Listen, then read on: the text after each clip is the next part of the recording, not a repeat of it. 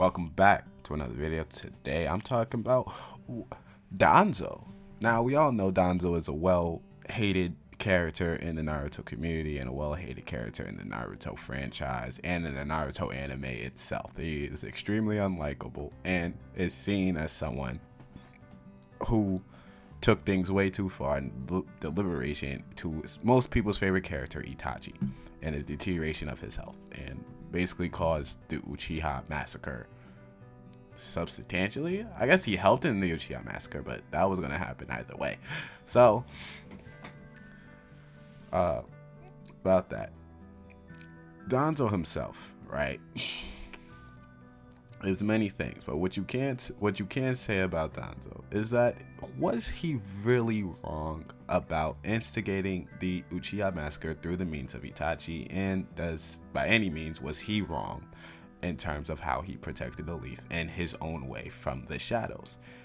Starting with the Uchiha massacre, I don't think he was necessarily wrong. As we know, the Uchiha massacre was the only way to really peacefully dissolve the situation with the Uchiha. If not, the Uchiha would have started a civil war within Konoha, suffering major losses on both sides, and in turn making the Uchiha would have still lost the civil war because Konoha is way too powerful within the thousands of clans they have under that village, but they would have still suffered casualties on both sides of that war. So was he wrong in having Itachi do that? No. One, it had to be someone well respected in the clan, and two, it had to be someone powerful enough to really handle the Uchiha. Danzo knows nothing about Obito or Tobi or the Masked Man to instigate his help within the Uchiha massacre, so that in turn has to go through Itachi's derivative. So Itachi gets Tobi to help him out. If not, if Danzo knew about Tobi / Obito / the Masked Man, he would have asked for his help. Technically, Danzo just needed a powerful shinobi, powerful enough to go out and kill. Why is the cops outside? To go and defeat all the Uchiha and kill as many as the Uchiha as possible. Now, we know this. So Danzo, if he knew about the Masked Man, he would have went after the Masked Man. He wouldn't have needed Itachi.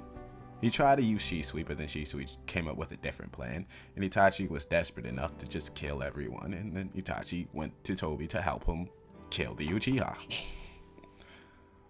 Also, when we look at the fact that all Danzo did was try to protect the leaf as the best of his ability, if he tried to do it as peacefully or as slowly as Hiruzen, he would have just suffered as many more problems as Hiruzen did.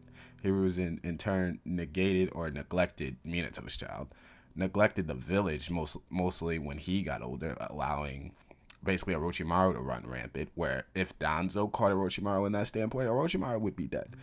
In turn, I don't think Danzo beats Orochimaru. I just think he would have let Orochimaru slip enough to where he would have gone after Orochimaru within his own Anbu Black Ops, or would have kept Orochimaru in the leaf to keep him on a loose leash, so his experiments or his benefactors from the experiments would have just helped the leaf in the big grand plan, rather than Hiruzen basically banishing Orochimaru to the Shadowlands, just having Orochimaru in the village within his science experiments.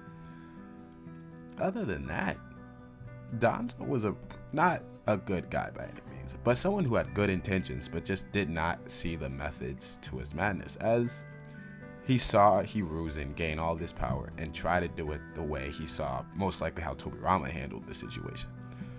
But Danzo saw Hiruzen move slowly, try to go through it bureaucratically, negotiation wise, talk to him wise. You know, the most things what a ruler does. Danzo wanted results. Danzo wanted it done. He wanted it done quick. He knew that talking or negotiating or bureaucracy within anything just leads to more and more casualties, more and more people getting hurt, and more unnecessary stuff being thrown out into the village and hurting the Leaf as a whole. He didn't just have unnecessary deaths. If he had unnecessary deaths, most of the clans in the Konoha village would have been destroyed, or he would have tried to at least manipulate the Hyuga clan to his benefactor, but he did none of that. He saw the Uchiha clan basically destabilizing the village, so he was like, gotta get them going. Right? But he saw Hiruzen trying to do it negotiatingly, bureaucratically. It was like, why are you taking that long? So then in turn, gets them wiped. And then in turn, he would have, if Obito Toby wasn't there, he would have beat Sasuke at the bridge. Now granted, yeah, that fight could have gone either way. Of course, that is Sasuke extremely exhausted. But either way, Danzo just wanted results. He couldn't wait. He's also a pretty old man, so he couldn't wait. Now in turn, he did also want to become Hokage, so him wanting to seek results, probably in turn wanting to usurp Hiruzen even when he was gone, but he wanted to usurp Hiruzen and obtain Hokage. But they don't even recognize him as Hokage. He didn't even get his face on the wall. He didn't get his face. I'm sorry. But in turn, he tried to protect the Leaf as best as he can from the shadows with his Anbu Black Ops, and in turn saw many things destabilizing and saw Hiruzen's way of trying to negotiate, trying to go about this in a normal manner, just bad for business. So he went in turn, wanted to get results. So you can't see, he's not a bad dude.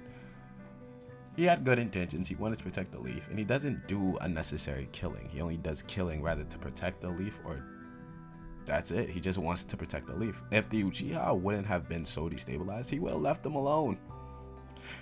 Even in turn to not even his own benefit of the Uchiha arm. He doesn't even have Shisui's arm on there. At least, no, he does.